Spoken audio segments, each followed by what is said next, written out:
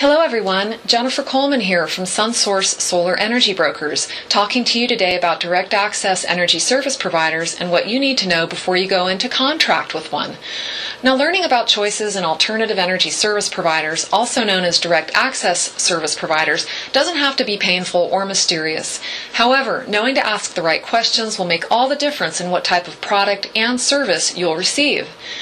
If you're considering making a change from your local utility provider to an ESP, especially if you're a business operator, then I recommend that you have your energy contractor looked over by your attorney before you enter into an agreement. Now, when I say this, I'm not in any way suggesting that ESPs are unethical. It's more for you.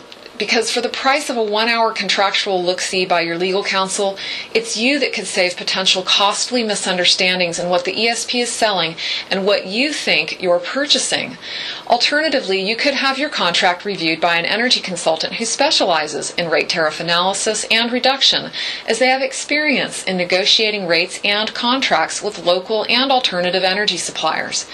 So here are some steps to choosing an energy supplier. Before you choose an ESP, decide what's important to your home or business utility needs. Many people will look for the lowest price first, but others may be looking for extra services like flexible payment terms or a known brand name or a particular energy source. You want to contact the competitive suppliers to ask questions and compare offers, and you can do this by performing a web search to your State Public Utilities Commission, also known as the PUC, to access a list of their ESP providers. And while you're there, you want to check for complaints filed by other consumers against any particular ESP. Also, you want to contact competitive service providers directly to get all the details of what their service can provide, and then compare that list to what your current local utility provider is furnishing you. So, here are some questions to ask a supplier. Do you have a license from the SCC? That's also known as the State Corporation Commission, and that's a governmental body instituted within each state that helps regulate corporations and also protects consumers. You want to ask them, what is the offer price per kilowatt hour and therm of energy they're selling you? And is that price fixed, or does it change? And if so, how and when? You want to know what other fees they charge, and how about if you cancel? Is there an early termination fee? You want to know what the term of the contract is and your renewal rights. You also want to know how you're going to be billed. Also, ask if there's an incentive or a special offer for signing up with them. Also, ask if there's a budget plan available, especially if you're a business and you have cash flow difficulties.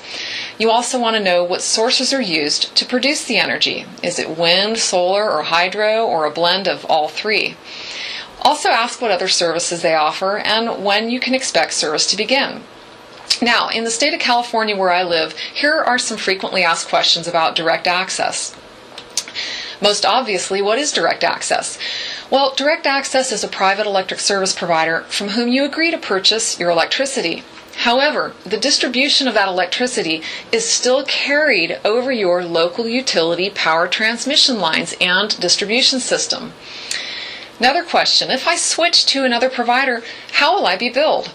Well, that depends on the ESP. You could receive one bill that includes charges for the electric supply, transmission, and distribution, or you could receive two bills, one from your ESP for the electric supply and one from your local utility company for the transmission and distribution of the power to your home or business.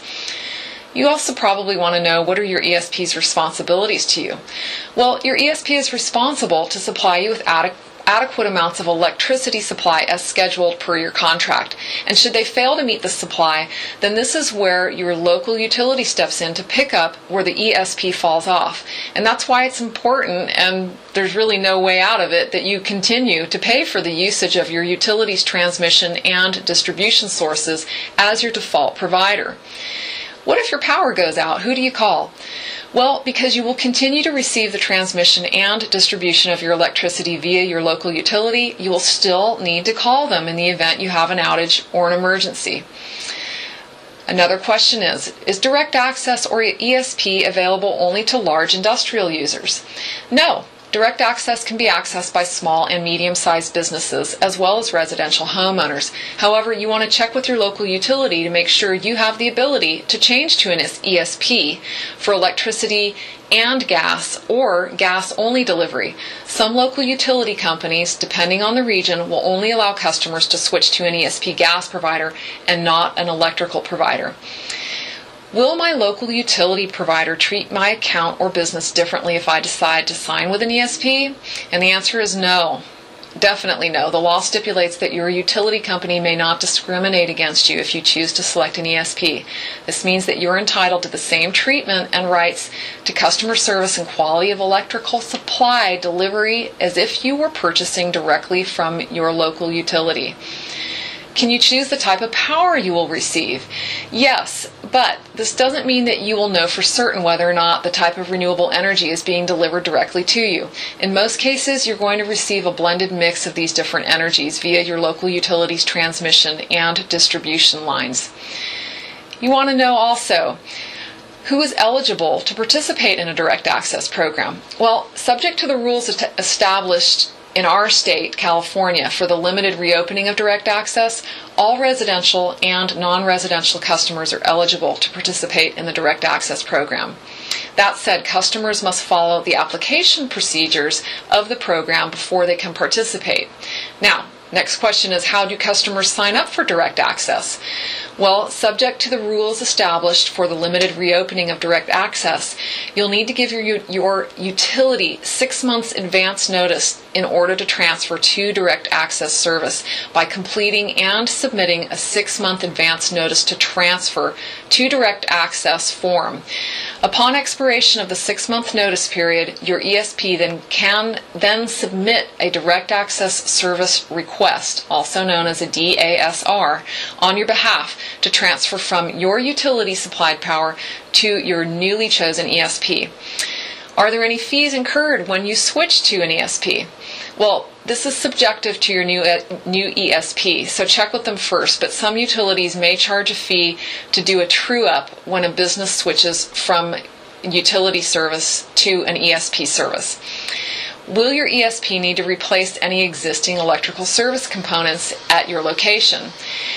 The answer is no, usually not. Usually physical modifications are not required because the ESP will deliver electricity through the same transmission and distribution service owned and operated by your current utility.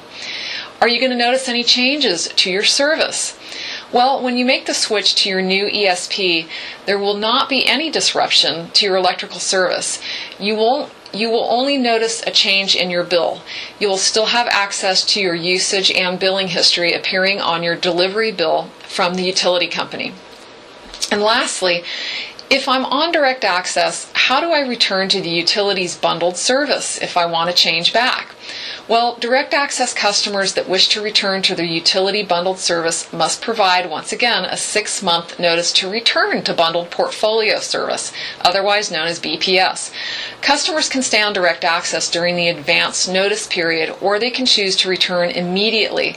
If they choose to return to a service provided by their utility prior to the expiration of the 6-month advance notice period, they will be placed on a transitional bundled service until the 6-month advance notice period has been completed. Customers returning to bundled service make a 3-year commitment to the utility and will not be eligible to return to direct access service until that 3-year period is completed, subject to the rules established for the limited reopening of direct access. And that's about it, folks. If you'd like to learn more, you can go on my blog at www.sunsourcesolarbroker.com. And I hope that answered some of your questions, and I wish you all the best in finding direct access service provider for you.